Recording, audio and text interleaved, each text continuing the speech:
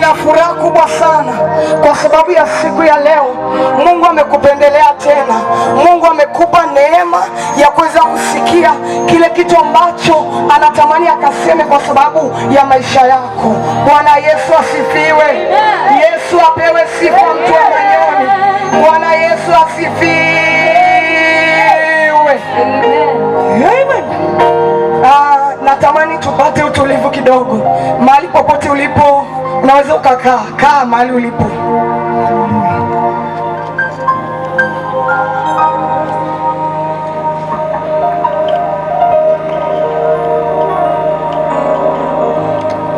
Bwana Yesu asifiwe. Amen. Yesu apewe sifa. Amen. Nitakwenda kulisoma neno la Mungu, lakini nitaanza na lile neno ambalo Mungu ametupa kwa sababu ya misheni hii. Nalo linatoka katika kile kitabu cha Matendo ya Mitume 26 mstari wa 18. Maneno ya Mungu yanasema, uwafumbue macho yao na kuwageuza waiache giza na kuielekea nuru, waziache na nguvu za shetani na kumwelekea Mungu, na kisha wapate msamaha wa dhambi zao na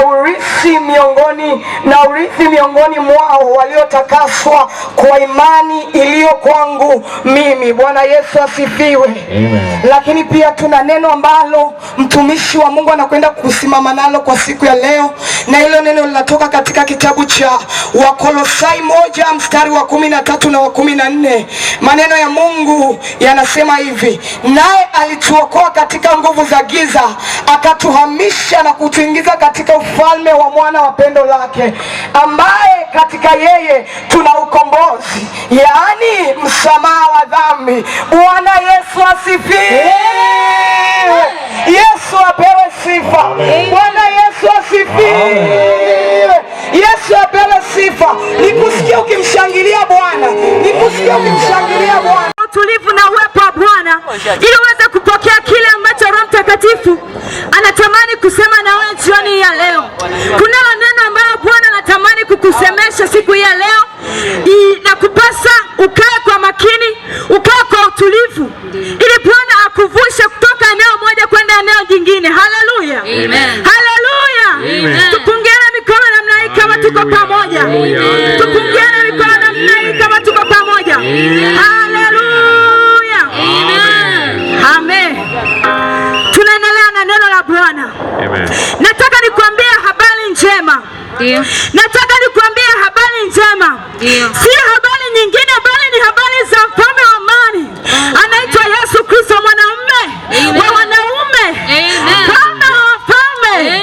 Mungu mwenye nguvu. Amen. Haleluya. Yamkini unaweza kuwa umesikia sana habari za Yesu. Yamkini na wao pengine wanaelewa kwa namna yako wanavyoelewa. Lakini hatuachi kumtaja huyu Yesu. Ndio. Kila siku iendao kwa Mungu. Ndio. Kila asubuhi kwa sababu yeye ni Mungu. Amen. Haleluya. Wangapi wanaamini kama Yesu ni Mungu? Haleluya. Wangapi tunaamini kwamba Yesu ni Mungu? Haleluya. Nataka nikufundishe kitu kimoja. Ama nataka nikuelekeze kitu kimoja. Haleluya. Tunasema kwamba Yesu ni Mungu. Kwa sababu gani? Tangu zamani za kale alifunuliwa kupitia kinywa cha manabii mbalimbali. Haleluya. Ukisoma katika kitabu cha nabii Isaya, anatabiliwa kwamba kwa ajili yetu mtoto amezaliwa. Tumepewa mtoto mwanaume na uwezo wa kifalme umebegani mwake. Ataitwa jina lake ni Mshauri mwenye nguvu, ni Mungu wa ajabu. Haleluya. Bwana Yesu asifiwe. Kwa hiyo tunapoongelea habari za Yesu, tunamwongelea Mungu mwenyewe ambaye alijifunua kwa njia ya Yesu Kristo. Kwa maana kama kuna mtu hamwamini Yesu lakini hamwamini Mungu, huyo bado hamwamini Mungu. Kwa sababu neno linasema kwamba kwa ajili yetu mtoto amezaliwa. Tumepewa mtoto mwanaume na uwezo wa kifalme umebegani mwake. Ni Mshauri wa ajabu. Alafu akasema ni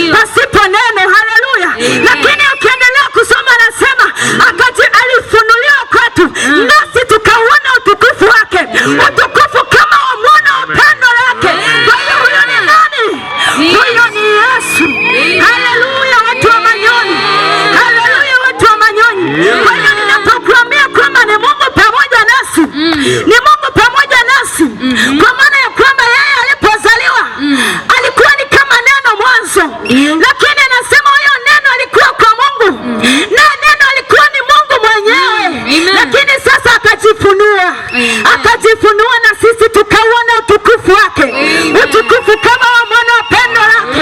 Yeye alikuja kutuokoa, yeye alikuja kututoa katika maangamizi. Nataka nikuambia mtu wa Mathayo, nataka nikuambia mtu wa Manyonyi ya kwamba Bwana alikuja, Bwana alizaliwa kwa ajili yako, sio kwa ajili ya mtu mwingine, sio kwa ajili ya kiumbe kingine, ila ni kwa sababu yako wewe mwanadamu. Haleluya, haleluya. Wangapi tunaelewana? Wangapi tunaelewana? Alizaliwa kwa ajili yako wewe mtu ulioko mahali hapa, na nia ya kuzaliwa ni kwamba akutoe katika maangamizi, akutoe katika shimo la dhambi, akutoe katika mateka. Ndio maana mtumishi wa Mungu amesoma neno hapa, akasema kwamba yeye alituhamisha kutoka katika ufalme wa giza na kutuingiza katika ufalme wa mwana wa pendo lake. Yani ni nani? Yesu Kristo. Amen. Haleluya. Haleluya, watu wa mahali hapa. Kwa maana hiyo yeye amezaliwa kwa ajili yako. Hakuzaliwa kwa ajili ya mtu ambaye sio mtu mwenye dhambi, bali alizaliwa kwa ajili ya watu wenye dhambi. Hakuzaliwa tu kwa sababu ya mtu ambaye ni tajiri, alizaliwa kwa ajili ya mtu mwenye dhambi. Ndio maana ukisoma katika maandiko, Bwana alikuwa hawatengi wenye dhambi. Wale ambao walikuwa wakitenda dhambi Mungu alikuwa hawatengi, alikuwa anakaa nao, alikuwa anazungumza nao. Kuna mahali Biblia inasema ya kwamba wakati ambapo pengine Yesu alipokuwa anakaa na watu ambao walikuwa ni wenye dhambi, wale Mafarisayo walikuwa wanamfuata Yesu, wanamwambia ya kwamba kwa nini wewe unakaa na watu waovu? Nataka nikwambia kwamba kwa maana yeye alikuja kwao wenye dhambi, alikuja kwao kondoo waliopotea ili aweze kuokoa. Haleluya, haleluya.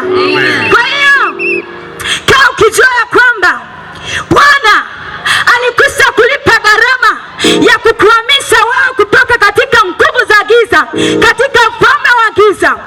Pengine hujanielewa, ngoja nikwambia kitu kimoja. Tunaposema kwamba ni ufalme wa giza, tunamaanisha kwamba ni ufalme wa Shetani.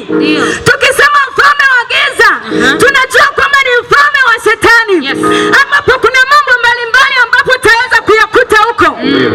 Haleluya. Kwa mfano, nataka nikuambie kitu kimoja. Kwa mfano, katika ufalme wa giza kuna mambo mbalimbali ambayo ni dhahiri, unaweza ukayaona. Kuna matendo ya ulevi.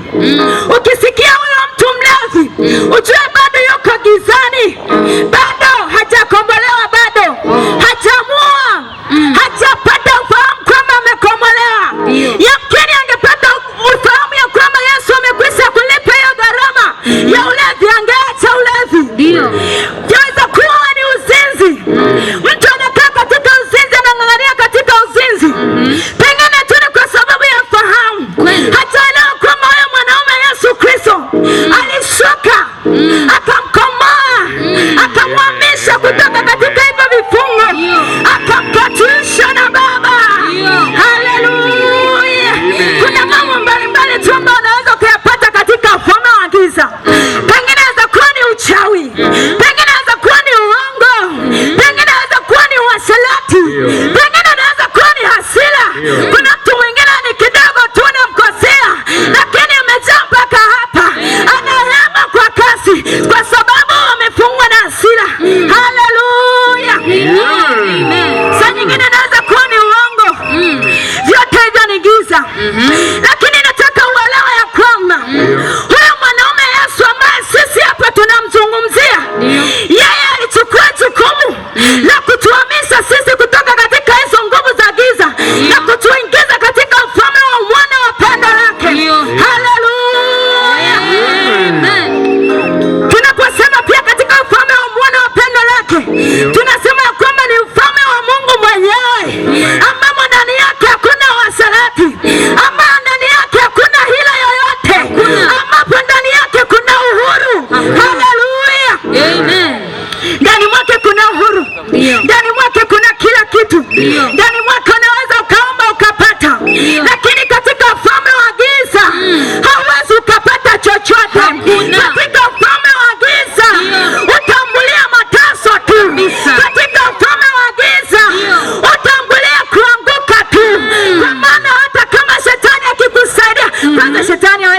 akakusaidia. Hawezi. Haleluya. Amen. Kwanza shetani hawezi akakusaidia. Hiyo haiwezekani kwamba shetani akusaidie. Kabisa. Na kama utasema ya kwamba mimi ninamtegemea pengine ni mganga fulani ndiye anaweza kunitoa katika huu mzigo, katika haya magonjwa, ukaenda kwako ukamtegemea yeye, utakuwa unajidanganya mwenyewe. Lakini ukisema ya kwamba nina maisha magumu sana, niende kwa mganga fulani ili apate kunipatia dawa na mimi niwe na utajiri, utakuwa unajidanganya mwenyewe, kwa sababu utajiri wake ni utajiri tu siku zote. Atakusaidia leo, lakini kesho atakwambia naomba kafara. Haleluya. Atakusaidia leo, lakini kesho atakudai mtoto wako, lakini kesho atakudai mume wako, kesho atakudai mtoto wako, kesho atakudai watu wako wa karibu. Huyo ni Shetani. Kwa hiyo nataka nikuambia kwamba ujenge ufahamu ndani ya moyo wako na ndani ya fikra zako kwamba kuishi katika maisha ya Shetani hakuna msaada wowote. Lakini ukimchagua Yesu na ukakaa katika upande wake utapata vyote. Utapata vyote. Nataka nikwambie kwamba kuna mtu mwingine anaweza akajiuliza akasema, kwani mimi nikimfuata Yesu nitambulia kitu gani? Ama nitapata nini? Au kwani nikiendelea kuishi na maisha haya ambayo naishi sasa hivi nitambulia nini? Ngoja nikwambie kitu kimoja. Mwanafunzi mmoja katika Biblia ambaye alikuwa ni Petro aliitwa na Mungu akaambiwa kwamba wewe Petro, kuanzia leo utakuwa mvuvi wa watu. Yaani wewe utakuwa unatumika shambani mwa Bwana, utakuwa unahubiria watu na kuwaleta shambani mwa Bwana. Haleluya. Lakini Petro akasema ya kwamba Baba, sisi tunakufuata wewe, kwani sisi tutapata nini? Tunakufuata wewe, tutambulia kitu gani? Tazama, tumeacha utajiri wetu, tumeacha watoto wetu, tumeacha elimu zetu, tumeacha na mashamba, tutapata nini? Yamkini unamtegemea mganga, utasema nikimwacha mganga wangu nikamfuata Yesu nitapata nini? Nataka nikwambia kwamba jibu ambalo Yesu alimpa Petro, alimwambia kwamba amini nakwambia, ukinifuata mimi utapata uzima wa milele.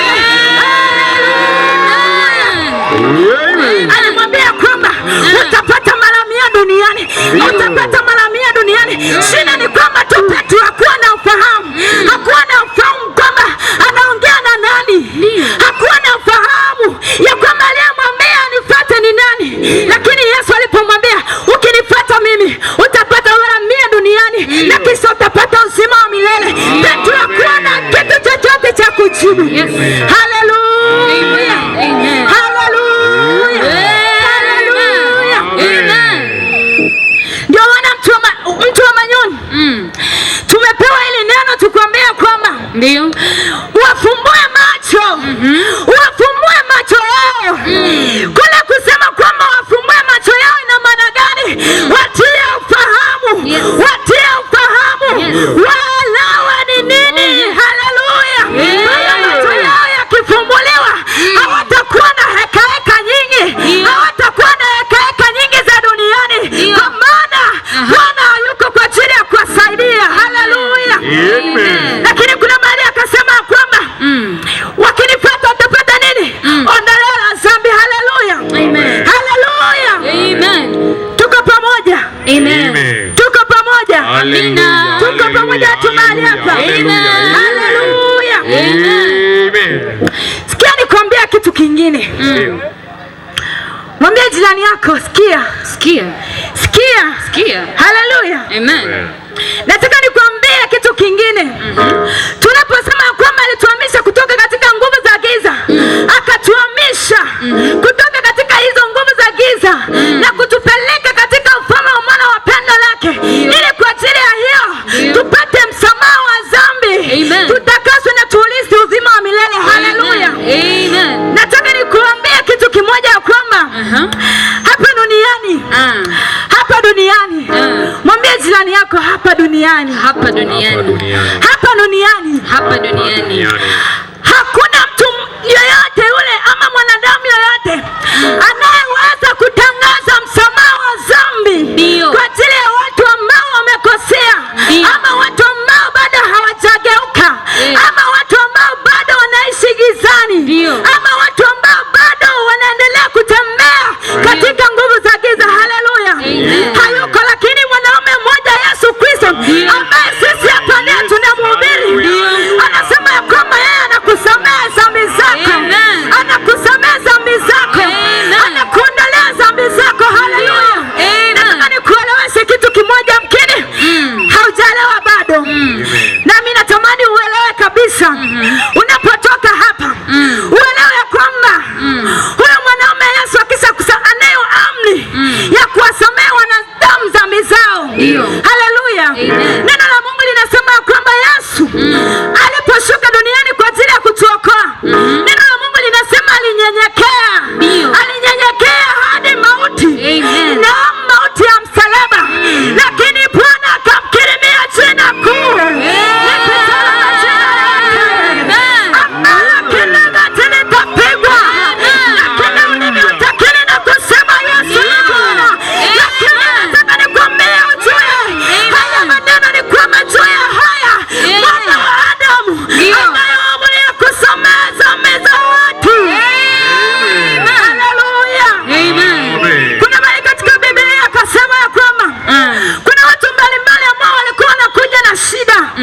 walikuwa wanakuja na magonjwa, lakini alipowatazama aliwahurumia, akawaponya dhambi zao, akawaambia nenda usitende dhambi tena.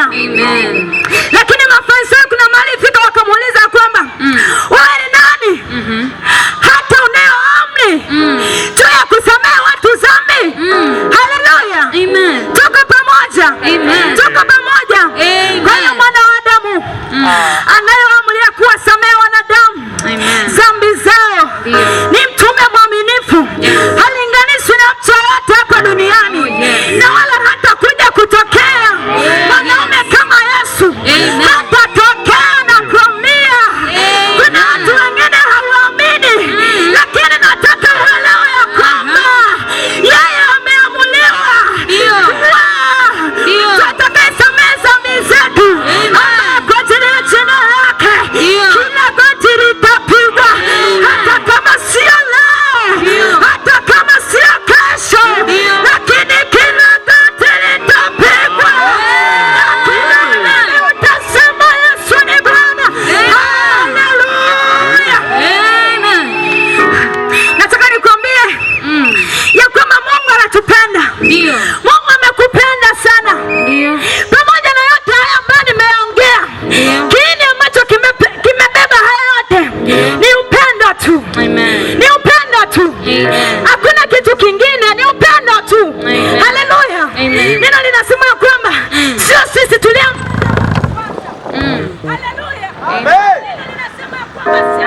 tulimpenda Mungu kwanza, bali yeye alitupenda hata akajitoa. Ulishawahi kujiuliza hata siku moja ulipokaa na kujiuliza kwamba hivi kweli inawezekana mtu ambaye haumjui akakupenda wewe? Yani wewe haumjui, lakini akakupenda kwanza. Haleluya. Haleluya. Kwa maana Bwana alikupenda kwanza kabla wewe haujampenda, kabla yeye hujamjua. Yeye alikujua, hata jina lako alikujua. Haleluya. Ndio maana alichukua uamuzi wa kukuokoa wewe. Ndio maana alichukua uamuzi wa kukutoa wewe katika giza na kukuingiza katika ufalme wa mwana wa pendo lake. Haleluya. Nataka nikwambie mambo machache hapa. Nataka nikwambie mambo machache mahali hapa. Haleluya. Amen. Nikwambie mambo machache mahali hapa. Kuna ishara mbalimbali ambazo Yesu ameweza kujionyesha kudhihirisha kwamba anakupenda wewe. Kitu cha kwanza ni kabisa, alitoa uhai wake. Alitoa uhai wake. Alitoa uhai wake kwa ajili ya maisha yake. Kwa hiyo uhai wake akajitolea ili kuwa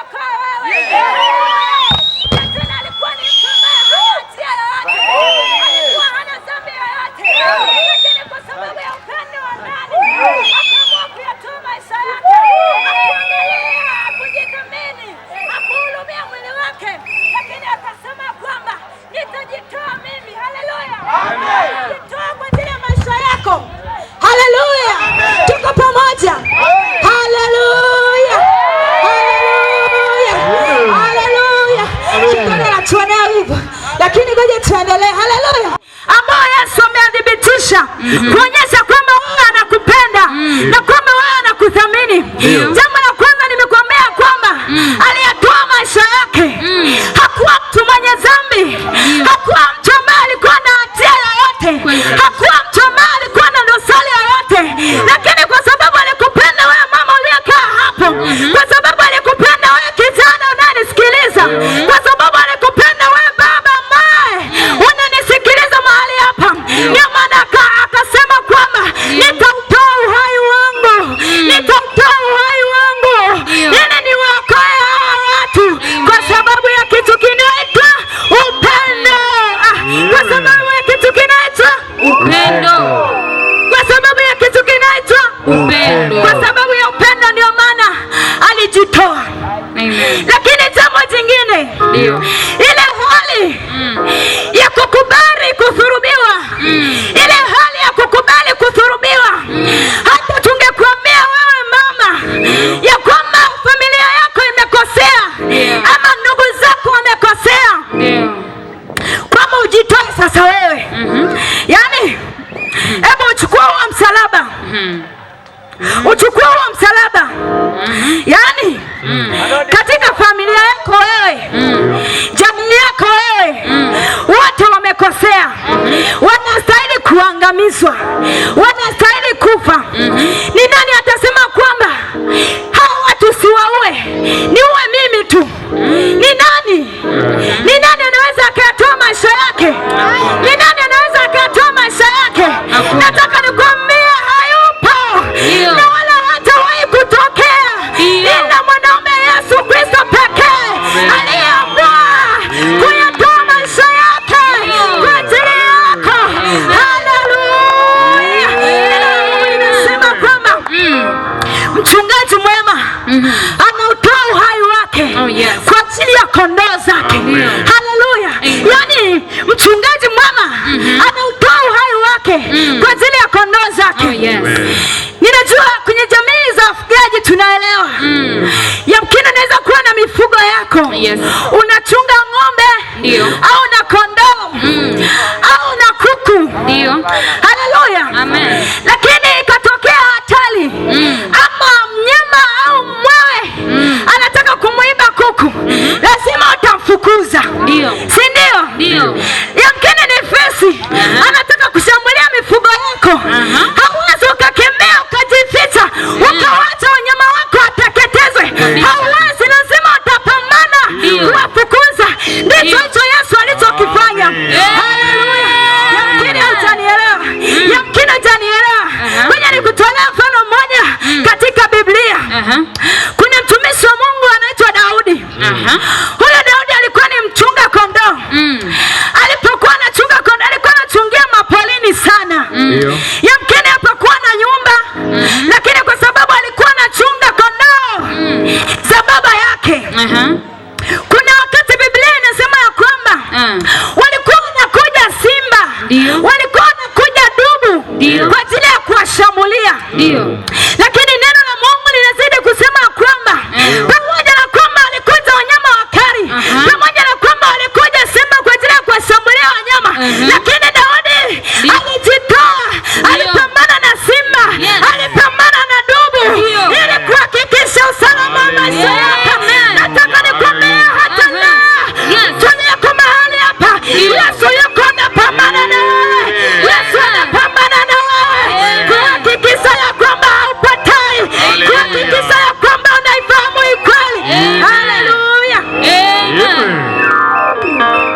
Wangapi tuko pamoja? Amen. Wangapi tuko pamoja? Amen. Nataka uelewe ya kwamba huyo Yesu, huyo Yesu mwana wa Mungu aliye hai, halali hasinzii, ila anahakikisha wewe uko salama.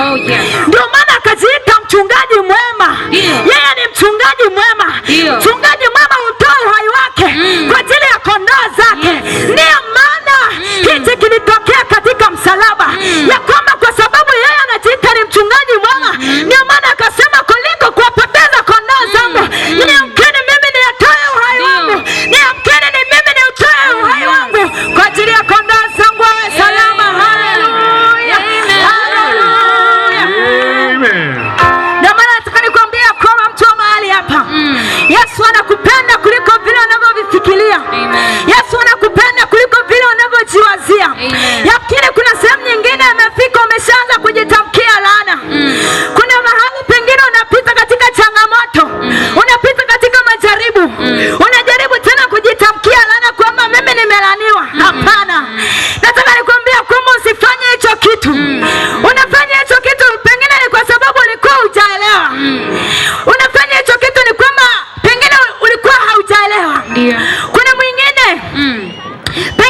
magonjwa yanaweza kuwa yamekusonga sana katika ukoo wako, katika familia yako, kuna misukosuko. Nataka nikwambie ya kwamba hata siku moja usije ukakiri kwamba wewe umeshindwa, kwa maana ushindi wetu ni uko kwa Yesu, kwa maana anayetushindia ni Yesu, tena amekwisha tushindia. Ni kwamba tu wewe uelewe, na tamani uelewe ya kwamba Bwana ameshakushindia, ya kwamba hayo mateso Bwana ameshayaondoa. Ni kwamba tu ndio maana Mungu ametuleta hapa kwa kusudi, na akatupa neno zuri ya kwamba wafumbue macho, wafumbue macho. Kufumbuliwa macho ni nini? Kuiona nuru ya Bwana, kufahamu ukweli ni nini. Tusikudanganye. Yesu ni mwanaume wa wafalme wote. Yesu ni mfalme wa wafalme. Yesu ni mshindi, hakuna kama yeye. Yeye tunamtukuza, ametawala duniani, ametawala na mbinguni. Ufalme wake hauna mwisho, ufalme wake hauishi.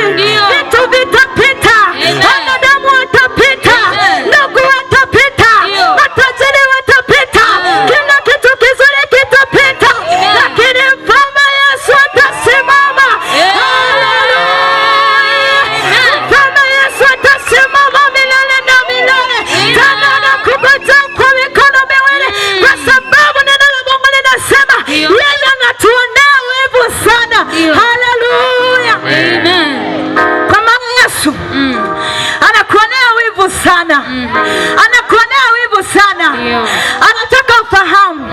Ndio maana neno likasema ya kwamba nanyi mtaifahamu kweli, nayo kweli itawaweka huru. Mtaifahamu kweli, nayo kweli itawaweka huru. Kweli ndiyo neno la Mungu, kweli ndiyo hii tunayoihubiri leo. Haleluya! Kwa hiyo ukishaifahamu kweli itakuweka huru. Ukishaifahamu kweli hautakuwa mateka tena. Saa nyingine shetani ametutumikisha sana, ametukalisha kwa muda mwingi katika vifungo, ametukalisha muda mwingi katika giza, lakini ni kwa sababu pengine tu tulikuwa hatuna ufahamu, kwa sababu tulikuwa hatuna ufahamu, na kwa namna hiyo sasa ametufunga na kutufanya watumwa wa dhambi. Unajua mtu mwenye nguvu akisha kufunga unakuwa ni mtumwa wake. Akikwambia nenda huku lazima uende, akikwenda twende huku lazima ufate. Ndicho shetani anachokifata, ndicho shetani anachokifanya hadi katika maisha ya leo. Shetani anaweza akakufunga, akakutumikisha katika roho za giza, akakutumikisha katika ulevi, akakutumikisha katika uzinzi, akakutumikisha katika uasherati, akakutumikisha katika vile yeye apendavyo. Lakini neno la Bwana linasema kitendo tu wewe cha kuifahamu kweli, kweli na kuweka huru. Kisha fahamu ya kwamba Yesu ni Bwana, Yesu ni mweza yote, Yesu ni Mwokozi, Yesu ndiye mwanzo na mwisho, hautakaa utabike. Maana kupitia jina lake, kupitia jina lake mapepo yanatoka, kupitia jina lake vifungo vinafunguka, kwa sababu yeye ni Bwana, yeye ni Mwokozi wetu. Haleluya, haleluya. Nimeongea sana mtu wa mahali hapa. Ninatamani usimame kwa miguu yako miwili. Ninatamani usimame kwa miguu yako miwili. Tunaenda kuomba jambo moja mahali hapa, kwa sababu neno limetuhakikishia ya kwamba yeye kumbe huwa na kawaida anapomkomboa mtu, hamkomboi tu mtu akamwacha hivyo hivyo. Ana kawaida ya kumsamehe dhambi, lakini sio kumsamehe dhambi, huwa ana kawaida ya kumhamisha mtu katika ufalme mmoja, anamuingiza katika ufalme wa Mungu. Kwa hiyo iko haki ya kuingizwa katika ufalme wa Mungu. Muda huu katika majira haya huwa na uhakika ya kwamba Bwana anaenda kufanya jambo, anaenda kukuhamisha saa hii, siku hii ya leo, muda kama huu. Maadamu umelisikia neno, maana litakuweka huru. Maadamu umelielewa neno, ndicho ambacho Bwana ataenda kukifanya wakati huu, ndicho ambacho Bwana ataenda kukifanya wakati huu.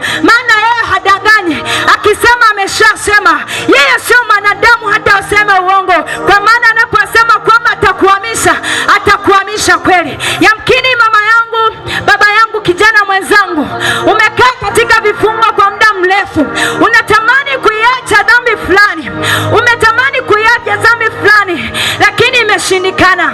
Unatamani kuacha tabia fulani lakini imeshindikana. Lakini nataka nikupe uhakika ya kwamba Yesu ambaye tunamhubiri mahali hapa, yeye anaenda kukuhamisha kutoka katika vifungo kukupeleka katika uhuru. Haleluya! Unaweza ukafumba macho yako, fumba macho yako tu mahali ulipo, alafu yatazame maisha yako. Tazama mahali ulipo, tazama sehemu ambayo shetani amekuweka, tazama katika vifungo ambacho shetani amekuweka. Yatazame tu maisha yako, alafu unaweza ukaanza kusogea mahali hapa ili tuweze kuomba kwa pamoja. Unaweza ukasogea tu, ukachukua hatua ya kusogea mahali hapa ili tuweze kuomba kwa pamoja. Yeye ni mwaminifu, ataweza kukufungua. Nataka nikwambia, Yesu atakufungua kweli. Yaangalia maisha yako, mwangalia na shetani alipokuweka katika hiyo nafasi, na kisha uchukue hatua, kwa kuwa hiyo kweli umeifahamu siku ya leo, na uwe na uhakika ya kwamba Bwana lazima kuhamishe, Bwana lazima akutoe. Usisubiri mtu akuambie, usisubiri mtu akushauri. Toka ndani ya moyo wako, amua, kwa sababu sio mimi ninayesema, ila ni Mungu ambaye amenituma neno lake kwa ajili yako. Hata usimtazame jirani yako, usimtazame ni nani amesogea mbele, lakini wewe kwa nafsi yako na kwa akili zako timamu uamue kutoka ndani ya moyo wako. Bado ninakusubiria wewe uliyeko mbali upate kusogea. Haleluya, haleluya, haleluya, haleluya, haleluya. Bado tunakusubiria wewe mtu uliyeko usiamini wokovu mkubwa namna hii. Kama usipopokea wokovu mkubwa namna hii, bado tuna dakika chache kwa ajili yako, bado tuna dakika chache kwa ajili yako. Wewe ulioko mbali, wewe ambao unazidi kujishauri, endelea kusogea. Wewe sogea tu, sogea tu, sogea, maana huu ndio ule wakati ambao Yesu anakwenda kukuhamisha. Yesu anakwenda kukuhamisha kutoka katika ufalme wa giza na kukuingiza katika ufalme wa mwana wa pendo lake. Endelea kusogea mtu wa Manyoni, sogea mtu wa Manyoni, endelea kusogea, endelea kusogea, sogea tu, sogea tu, sogea tu, sogea tu. Bwana amedhamiria kuyabadilisha maisha yako. Bwana amedhamiria kukutoa katika vifungo, katika jina la Yesu Kristo wa Nazareti. Bwana Yesu asifiwe sana. Mimi ninafurahi kwa sababu ya wewe ambaye umefika mahali hapa. Ninafurahi kwa sababu ya wewe ambaye umesogea hapa mbele. Ninafurahi kwa sababu umethamini sauti ya Mungu, lakini pia umeona ukubwa na uwezo wa wokovu, lakini pia na nguvu iwezayo kubadilisha itokanayo na Yesu Kristo ambaye tunamwamini. Bwana Yesu asifiwe. Yesu apewe sifa. Yesu apewe sifa. Mahali popote mtu uliyesogea mahali hapa, mtu ambaye umesogea mahali hapa, ninatamani na ninakwenda kusema na wewe kwa habari moja tu. Mahali popote ulipo na unatamani kumpokea Yesu Kristo kwa sababu ya maneno ya Mungu ambayo mtumishi wa Mungu amesema na wewe, umechoka, kuna mambo yamekuchosha, kuna vitu vimekuchosha, lakini leo umeamua kutangaza, lakini leo umeamua kuchukua hatua ya kupokea wokovu. Mtu yoyote yule ambaye amechoshwa, ninamtaka mtu mmoja tu ambaye anasema sasa niko tayari kupokea wokovu. Kwa nini? Kwa sababu saa ya wokovu ni sasa. Saa ya wokovu ni sasa. Nataka mtu mmoja ambaye yuko tayari, mtu mmoja ambaye anasema niko tayari kumpokea Yesu, anasema kwamba niko tayari kumpokea Yesu, niko tayari kutolewa katika vifungo vya giza, anasema niko tayari kutolewa katika ufalme wa giza.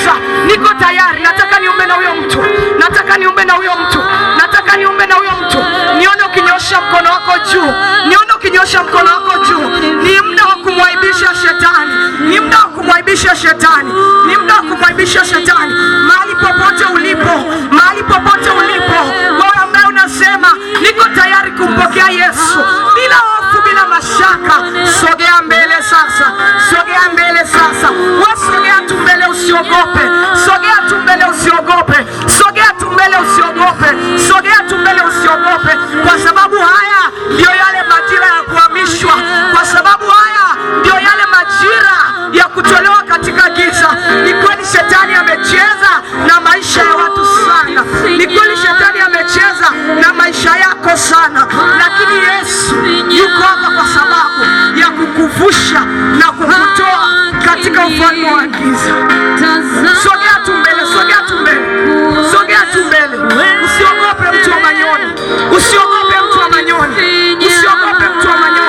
Usiogope mtu wa manyoni. Wewe usiogope.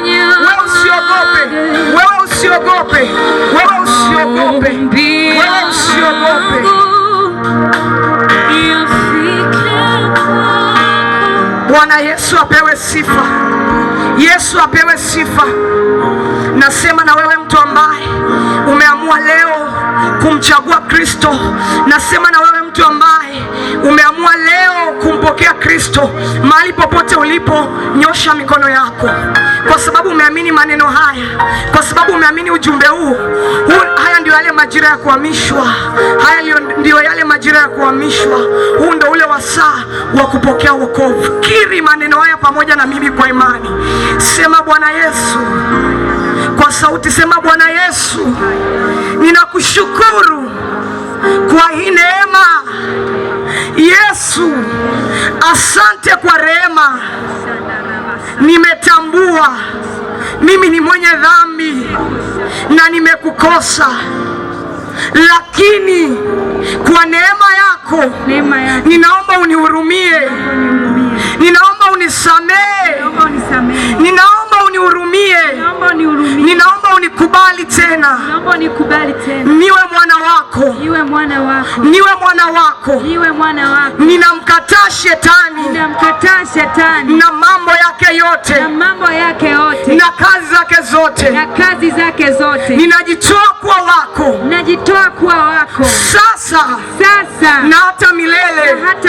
Roho Mtakatifu, naomba unisaidie